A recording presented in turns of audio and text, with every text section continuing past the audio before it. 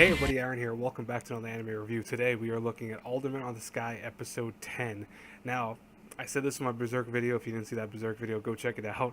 But I also said that I cannot really talk very loud. Of course, it's very late at night. It's 2 o'clock in the morning almost.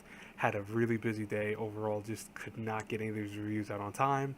Hopefully next week that will change. I said that in my other review too, but just in case you don't plan on watching Berserk, excuse me, watching its reviews.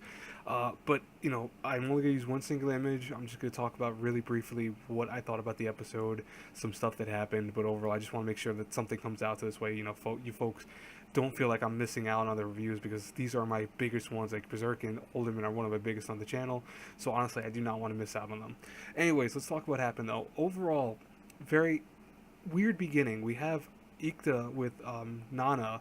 Apparently, they were childhood friends at one time. So that was kind of weird. I won't lie. That was a little odd.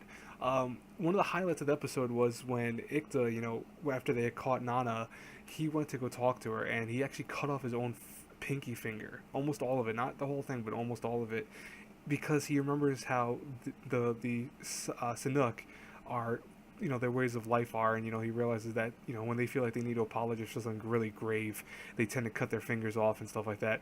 But more so, he also remembered that she was one of his friends, and what he also reveals to her is that one thing that's going on right now currently is that they are being manipulated. The Sanuk are being manipulated by another group, I think they're called the Alderanians.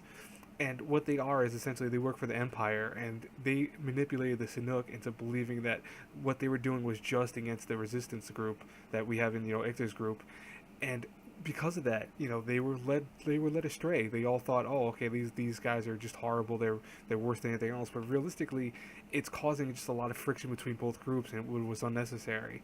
So luckily he's able to get at least the leader on board with, hey, we got to go against them. So they come with a few plans of attack on how to kind of avoid going into direct contact.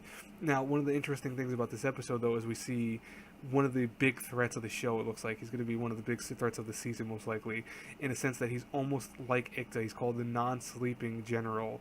And he is very young also, just like Ikta. He reminds me a lot of Ikta, the way he talks, the way he kind of just moves around. So he's definitely going to be a big threat.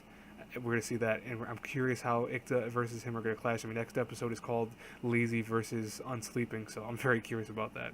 Anyways, overall solid episode, a little bit wonky at the beginning. I think that was kind of a little bit too on the nose with him being, childhood friends, and it's kind of like, I'm not okay with that per se, but it didn't really retract from the episode or anything. It was just more so kind of an issue with storytelling-wise. But it's okay. It's not a big deal. Anyways, guys and girls, still an awesome series. Nonetheless, I'm still considering one of the best of the season, to be honest. Anyways, I will talk to y'all later. This is coming out in the morning, most likely. So I am gonna go sleep right now because it's 2 o'clock in the morning, like I said before. Have a great night, everyone. Great morning for you guys and girls that are now watching this. Bye bye.